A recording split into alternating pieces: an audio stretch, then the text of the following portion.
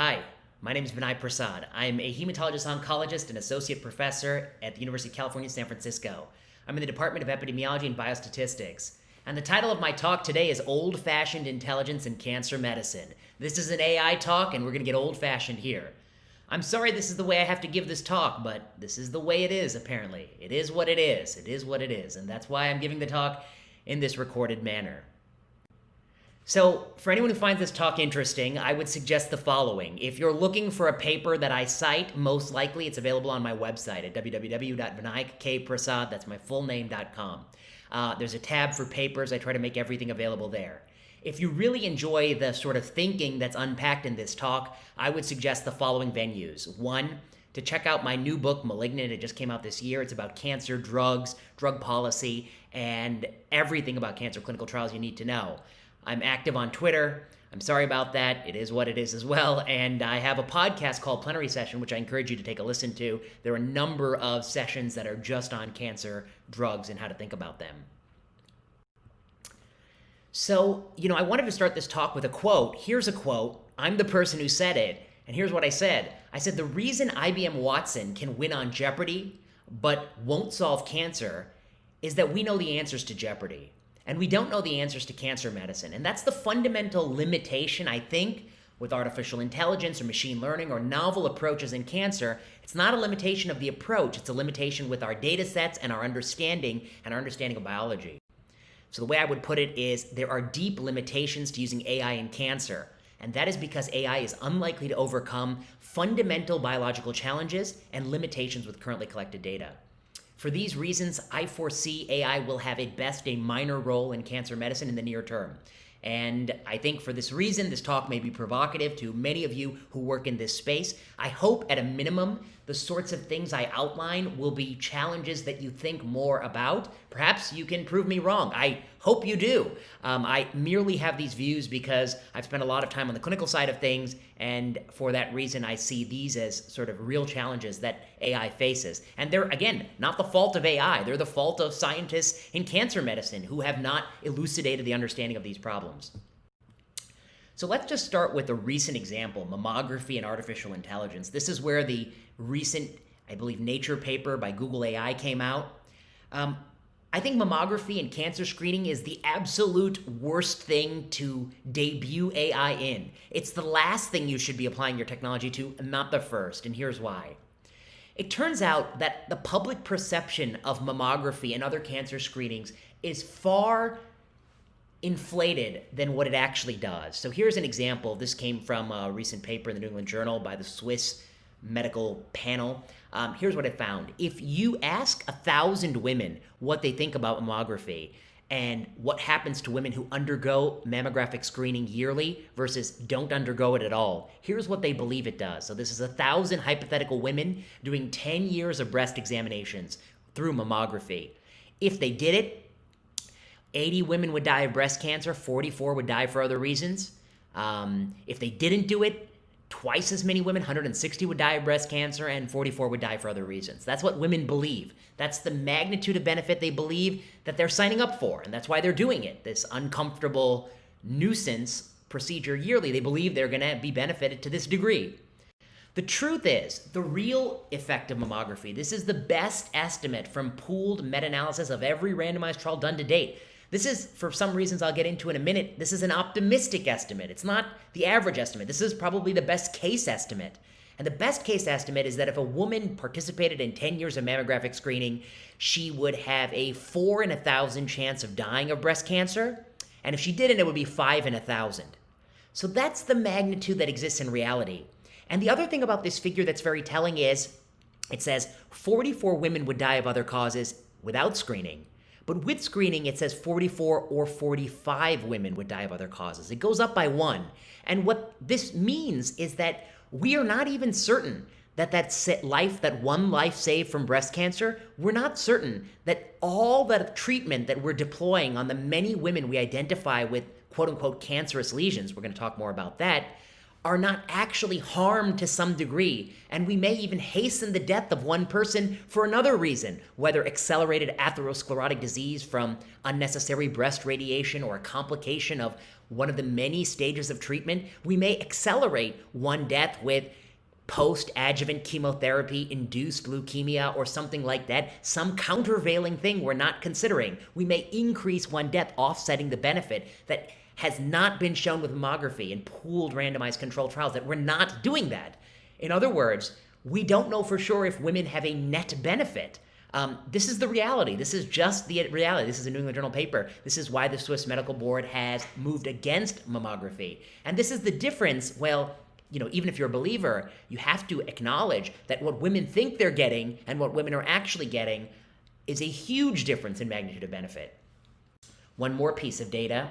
This is from the Cochrane, which is a very well-respected medical body, meta-analysis of every randomized controlled trial of mammography versus no mammography.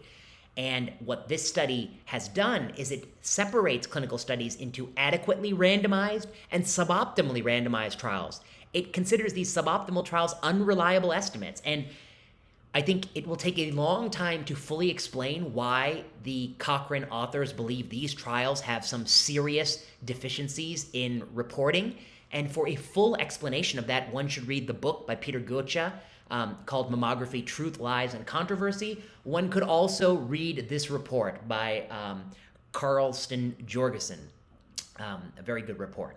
But the long story short is that in a pooled analysis of every study that's ever been done of mammography, if you include just the adequately randomized trials or even the suboptimally randomized trials, if you look at all-cause death, just the number of people who are alive 7 years after starting, there is no statistically significant difference in all-cause death, and the magnitude, the point estimate, 0.98, 0.99 with wide confidence interval, it's almost a trivial difference, which reiterates the Swiss Medical Board's figure that at best, this is an intervention with a very, very tiny effect size in a positive direction, and it's entirely possible that it's fully lost in off-target death. We really don't know because we don't have power even in these studies of hundreds of thousands of women, close to 300,000 women in just these studies. So actually more than 300,000 women in just these studies.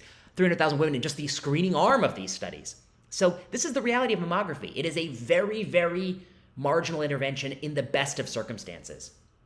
There's one more thing you need to know. Why is it the case that putting women in scanners and finding breast cancer, things that look like cancer under the microscope, does not save their lives? It should be a dramatic benefit. Why is it so modest? And the answer is this simple figure. This is a figure by Gil Welch, who is a leader in this space. And I think what it shows is that when you look at cells under the microscope that look like cancer, you don't know what would have happened if you left those untreated. And there's several trajectories. One, they would have exploded, explosive growth, and killed the person really quickly. But unfortunately, in these cases, when you screen the patient, you may not catch it in time. It may have already left the breast before you can catch it on screening. Cutting or closing the barn door when the horse has bolted, that's not going to help anybody. The other class is there's some cancerous looking cells that will never progress in someone's lifetime or maybe even regress. We don't know. There's some cancer cells that are growing slowly. They will not kill a woman before she dies from other reasons. And there's some cells that you catch it before it spread and it would have killed her had you not caught it. And though that's what you want to find. So in this analogy of animals leaving a barnyard, screening will not stop the birds. It won't help the snails and turtles. It will only pen in. Screens will only pen in the rabbits because these things aren't getting out anyway. Let me put it another way. When we use AI and train it on either radiologic images or pathology, there are one of four things we're training it to find. Are we training it to find cancer-looking lesions that are in fact benign? Are we training it to find cancer lesions that they look like cancer, but they're actually benign? So when you biopsy, it's a false positive. Things that look like cancer and are cancer from a histopathologic point of view, but would never cause harm in someone's natural life. This is the snails and the turtles. Are we finding the cancer that would spread, but you found it and you cut it out and you gave radiation and you gave drugs and now it won't spread and the woman won't die? Or are you catching a cancer that looks like cancer in the breast, but it's already spread, it's already metastatic to the bone? And the truth is, You only want to do this. You only want to catch cancer that would have spread otherwise were it not for your screening test. But you found it, you cut it out, and now it won't spread. That's what you want to find. You don't want to find benign lesions. That's just making a woman stressed out that we found something, come back on Monday, they have to have anxiety all weekend, and we do a biopsy, another procedure, more instrumentation. Then we tell her, oh, that's nothing, that's harmless. You don't want to find cancer that wouldn't have caused harm in someone's life, because that's telling a woman you need a lumpectomy, you need radiation, and you're not going to live any longer from doing that. And you don't want to find cancer that's already spread. That's a local surgery, radiation, chemotherapy, and the next thing you know, a year later, it's back in the spinal cord. It's back in the ribs. It's back in the liver. It was already in the liver when you found it. It didn't spread later. It was already there. It was just below the limit of detection.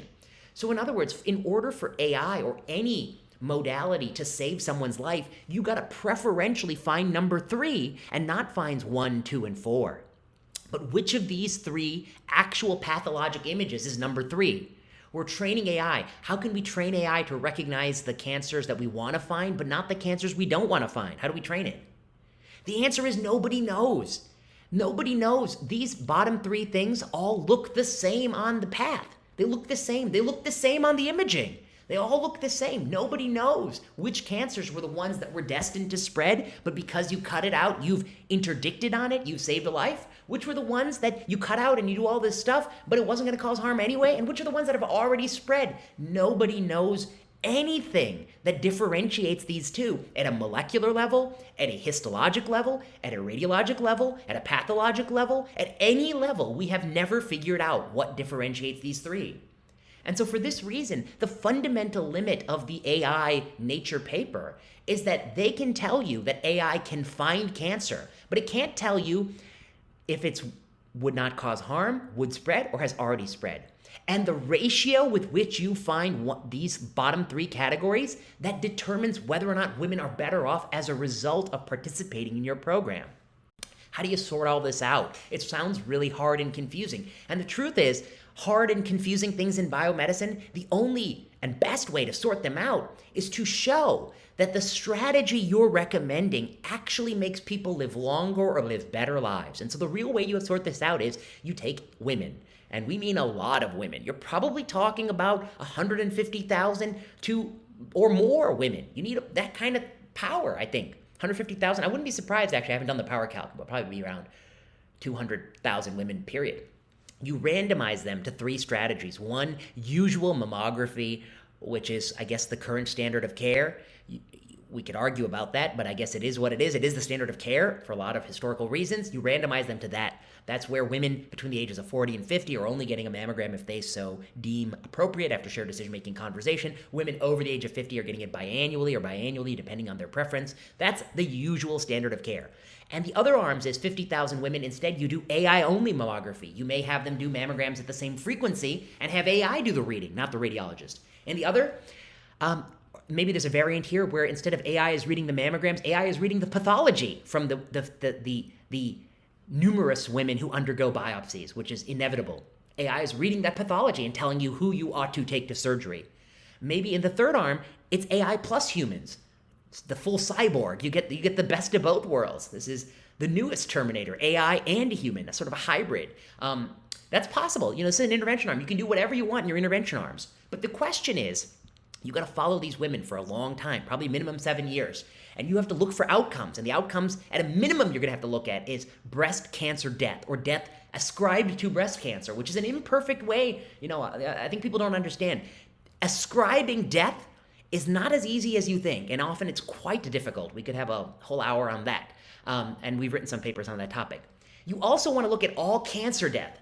The number one way you could misascribe death is by calling something breast cancer death or not calling it breast cancer death, and instead of calling it a different cancer death. So you want to look to see, is there a signal in all cancer death, and see that that's going the right direction. And then you really want to see if there's an all-cause mortality benefit.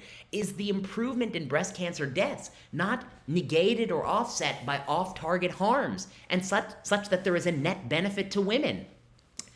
And I would imagine that this will take several years and a lot of cost to show this.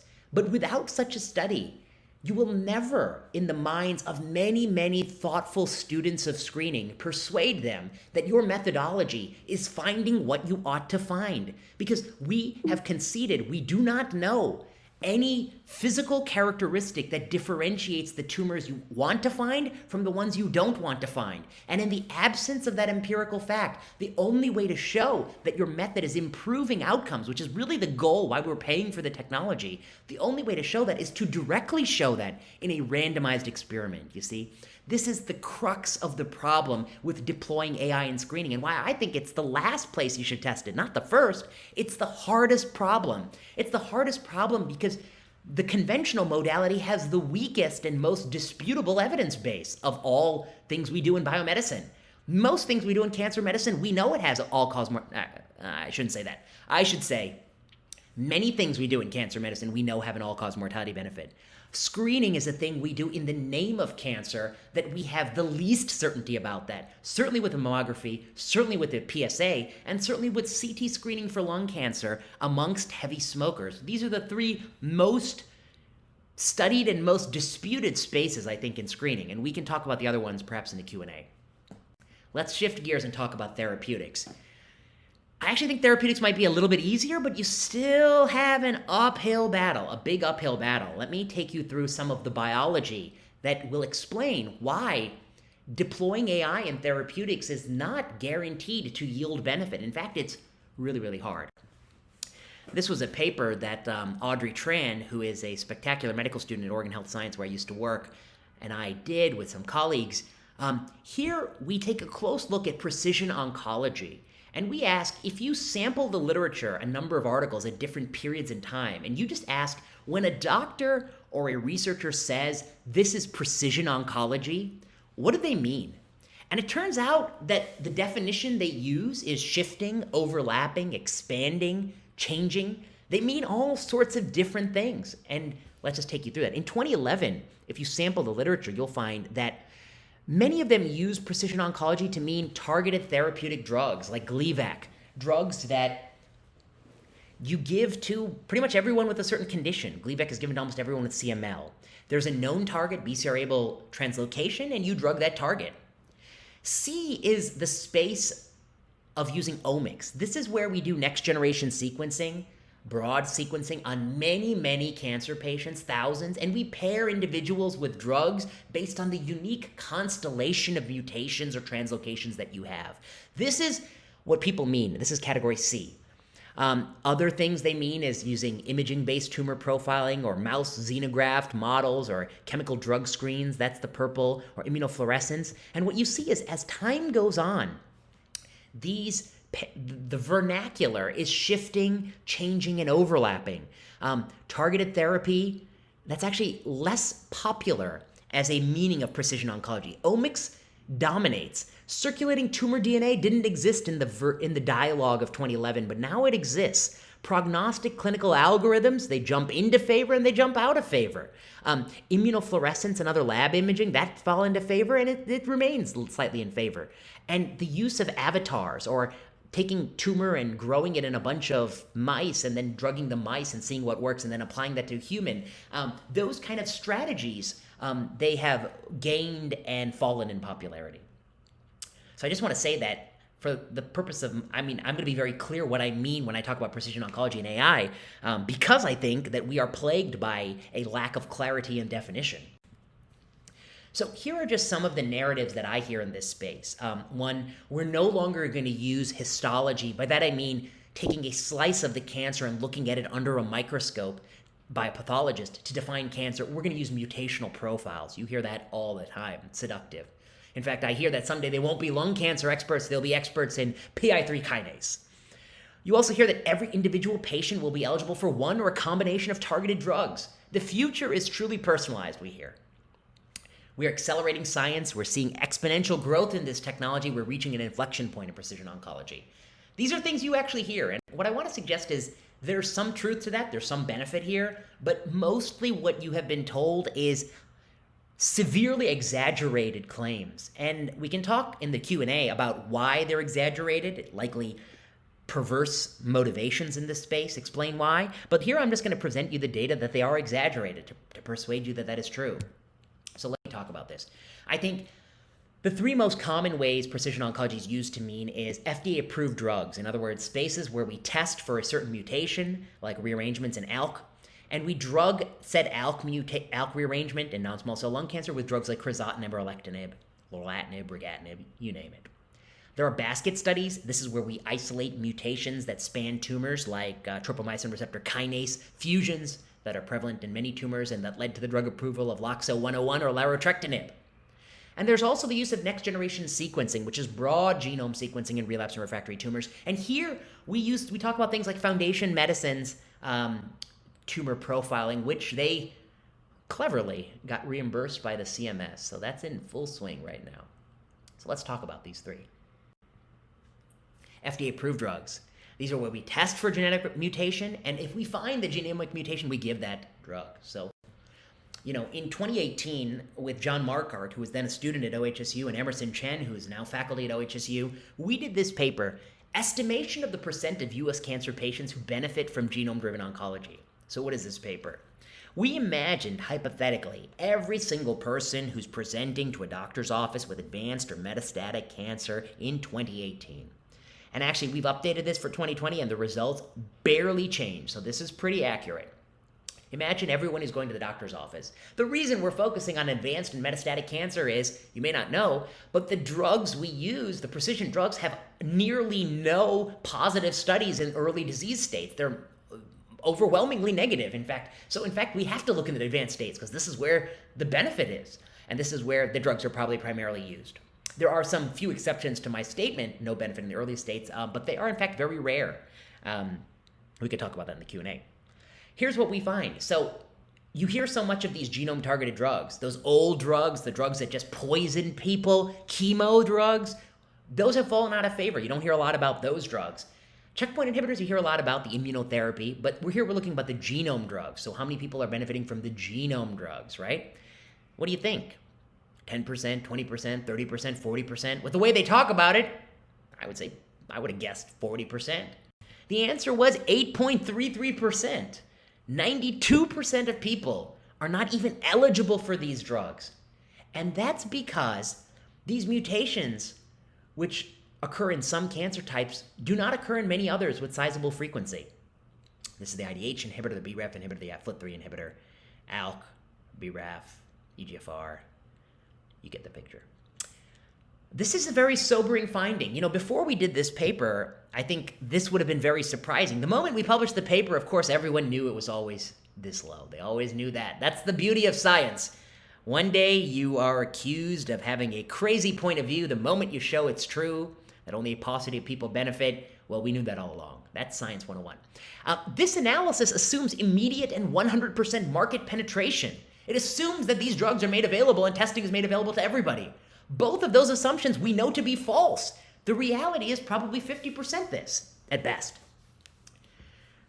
This is really sobering. These are all the FDA-approved drugs in 2018 that target the genome, that drug a genomic alteration. There are more expansive definitions you can use, and even by those expansive definitions, I promise you're not going to get to 40%.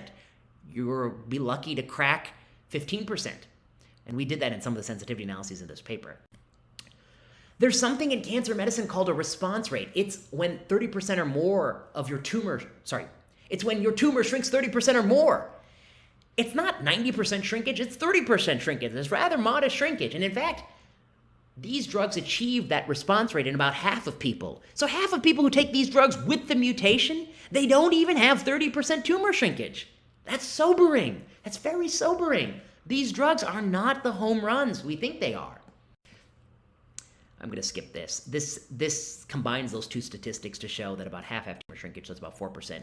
If you plot this out year by year, the percent of people who are eligible for these drugs, the percent with 30% or more tumor shrinkage, if you want to know why it's 30%, not 40%, you got to read my book, Malignant. If you plot it out year by year, you will see there is no exponential growth. There is no inflection point. It is slow, steady, 1% per year slog. It's a slog, and we have done this to 2020. I promise you, this line does not bend upwards faster than the rate that's depicted. It is a slog. The log-fold reduction in sequencing price shown in the green did not accelerate the growth of genome-targeted therapy. This is log-fold. Look at the axis difference here. These also are not cures. These drugs last, when you put them all together, the median duration they last is 30 months. 30 months might sound great, but not when you're a 45-year-old dying of ALK-rearranged lung cancer. I hear many people say that the median survival with ALK-rearranged lung cancer is 5 years. That's really good.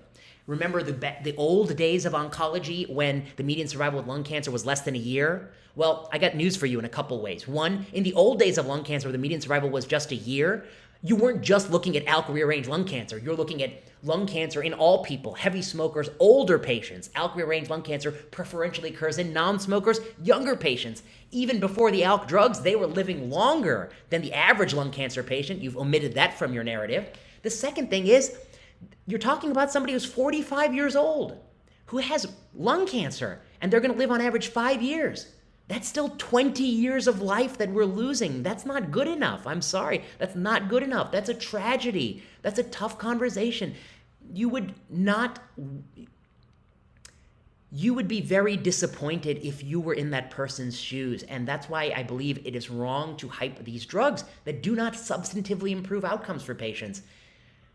Substantively improving outcomes would be like Gleevec, which improves survival from a median of 3 to 4 years to almost normal life expectancy. That's true for Gleevec. It's true for nothing else besides Gleevec since the advent of targeted drugs.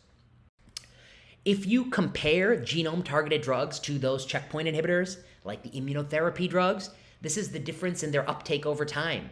Those checkpoint inhibitors, which led to the Nobel Prize to Jim Allison, they have dwarfed the genome-targeted strategies. And if you compare them to those old barbaric cytotoxic drugs, again, it's a huge difference. They are really lagging. So it's great to talk about genome drugs. It's great to think, how can AI use genomics to pair people with these drugs? The reality is, most of these tumors, the majority of tumors, are probably not addicted to single oncogenes. They're probably addicted to many oncogenes or pathway oncogenes. They won't be stopped with single drugs. They may need combinations. And the truth about combinations is, between 2000 and 2010, we ran many phase 1 trials of combinations.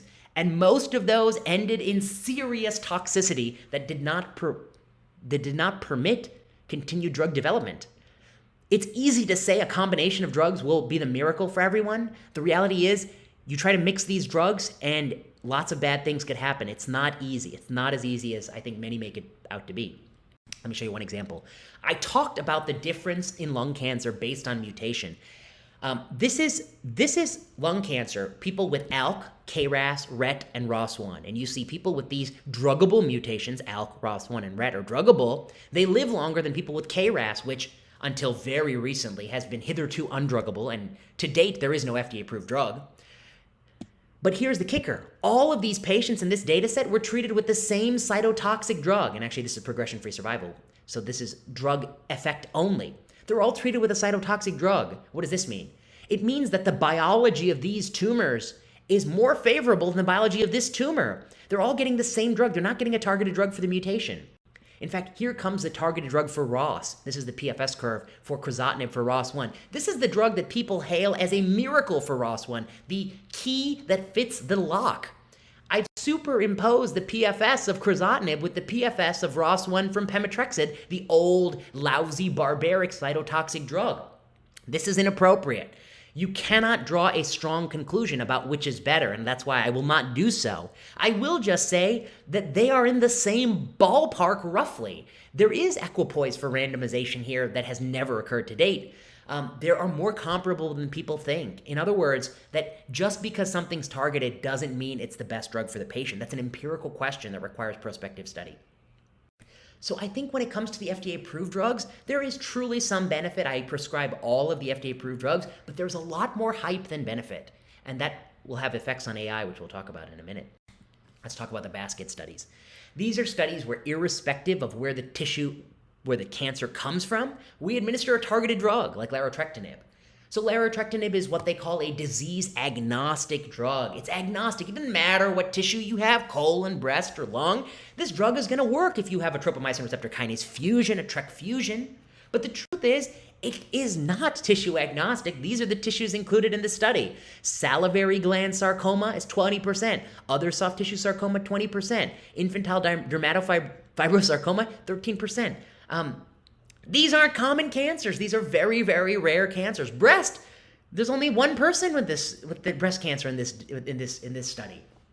The reason it is preferentially in these tumors is that those tumors have a lot more TRK fusion than common cancers. Common cancers are like a dinner plate that's fallen on the floor. It's shattered. The genome is shattered in many, many places. You can tape together two pieces of the dinner plate, but it's very unlikely you've restored cellular function. Salivary gland cancer, TRK fusion is a key and instrumental driver in it. In fact, it may be much more of a driver than it is in breast. Well, Antonius Hazem was a medical student at Oregon Health and Science where I used to work, and he did a very clever paper where we took every single basket study, these tissue agnostic studies, we put them all together. We put all the baskets in one basket. You see, you can put eggs in one basket, but we put the baskets in a basket. We put all the baskets in a bigger basket, and we ran an analysis, and here's what we found. This is a fun figure. If you go through all the studies and you scrape all the data out of it and you group people based on the tissue of origin, here's what you find. On the x-axis, we have plotted the incidence of the tumor type per 100,000 people in the basket studies. On the y-axis, we plotted the number of people in that basket, how many people with that cancer. The red line is a one-to-one line. What does this mean? It means that if these studies of genomic alterations that were ongoing were equally collecting people with common tumor types and rare tumor types, just like 1 in 100 people are getting collected, doesn't matter if it's common or rare your tumor is, you're going to find, so many people with colon cancer, so many people with less common cancers. But because there's more colon cancer, you're going to have more colon cancer patients in there. The red line is a one-to-one line that shows what would have happened if the representation in basket studies was proportionate to the representation in the real world. The blue line is the actual regression line of the included tumors. The blue line is more shallow than the red line. What does this mean? It means we are preferentially including rarer tumors in these basket studies. That could be because rarer tumor patients are more likely to participate in clinical trials. Or it could be that rarer tumors that occur more rarely are more likely to be driven by single oncogenic driver events.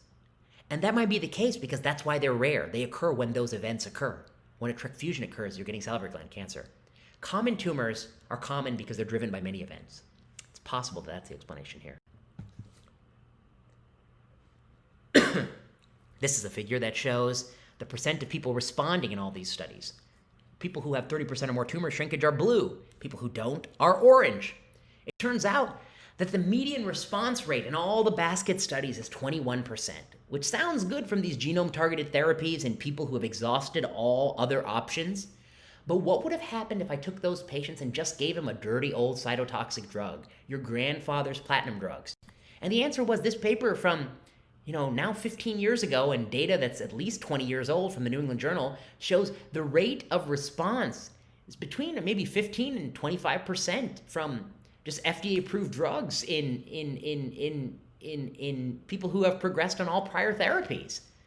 It's probably actually quite comparable to the basket study data. So that's why I believe that there's some benefit here, but there's mostly hype. And here's the last piece of the puzzle. We talk about sequencing everyone with relapse and refractory tumors with this next generation sequencing, and you can take all that data and you can put it in whatever AI, machine learning algorithms you want. But the problem is you got a lot of problems to overcome. Here are the problems. One, you got problems with the tests, you got problems with the anecdotes, you got problems with the assessment. Let me just take you through it. This is a pooled analysis of 3 studies that have been published. These are the names of the studies. If you take 56 cancer patients and you send their tumors to Foundation Medicine, if you pool these 3 studies, you find that Foundation Medicine reports 133 mutations in those patients, in their tumors. Guardant 360 reports 120 mutations. Okay, that's comparable. You miss a few, right? But here's the problem. Only 36 were the same. Okay, that's 17% overlap. Okay, you're going to say, look, one is tissue, one is a tissue-based test, one is blood, okay? Let's do tissue, blood. Let's make it fair. Okay, so there have only been, to my knowledge, at least from a couple of years ago, one study that compared 2 commercially available paraffin-embedded tissue NGS assays, and it only had roughly 1 in 3 concordance. there's discordance here. If you take the same person's tumor, I just take a big block of someone's cancer, slice it into little pieces, and send all the pieces to a company, the same company, and label it with different names. Just do that experiment and see what you get back in terms of concordance. If there is no concordance, it's a big problem. The other thing, when you look at the study by Cutter and colleagues, when these companies actually recommend targeted drugs, this was the overlap in the targeted drugs. How personalized is the medicine if it depends on the manufacturer? If one drug company says take pazopanib and one says take sunitinib, if one says take alectinib and one says take sunitinib, that's a better comparison. If they're recommending different drugs, I think we have a deep problem. And the truth is that this entire strategy, it may be problematic because what we may be doing here is that in this complex division of cancer where there are founder clones and subclones and different driver events, by sequencing where the needle goes, we may be sequencing just the yellow and the blue and the blue in one sequencing or the green in another. If you slice up a tumor, there may be heterogeneity in the tumor, there may be heterogeneity among the sites, and people say, well, that's okay as long as you drug some of the tumor. But I promise you in cancer medicine, if you just drug metastasis 2, you're not going to improve the patient's survival. Metastasis 1 and the primary are going to keep growing until they claim the patient's life. If you want to substantively improve outcomes for cancer patients, I think you need to drug the majority of their cancer. That's my bias, but that's a bias born from a lot of clinical experience and a number of studies that I could describe in detail in the Q&A. Okay, last problem. We always hear about anecdotes. Anytime you hear an anecdote, I think you should put your head in your hands and struggle to understand why they're telling you this anecdote, because these anecdotes of people who've done exceptionally well are the tip of a very large and deep iceberg. Let me just give you one anecdote. We've done some, again, basket of basket studies, pooled analyses of all the studies where we've looked at anecdotes. Here's just one example. I once read an anecdote of a patient with a 71-year-old lady who had anaplastic thyroid cancer. This is a devastating cancer. The median duration of survival is 4 to 6 months. It turned out that she had an ALK mutation and they gave her crizotinib, and she had 6 months where her tumor shrunk and did not grow. 6 months. That exceeds the life expectancy of the condition. That sounds good, doesn't it? Well, here's what they didn't tell you. Well, here's what they didn't tell you in the abstract. They told you in the paper.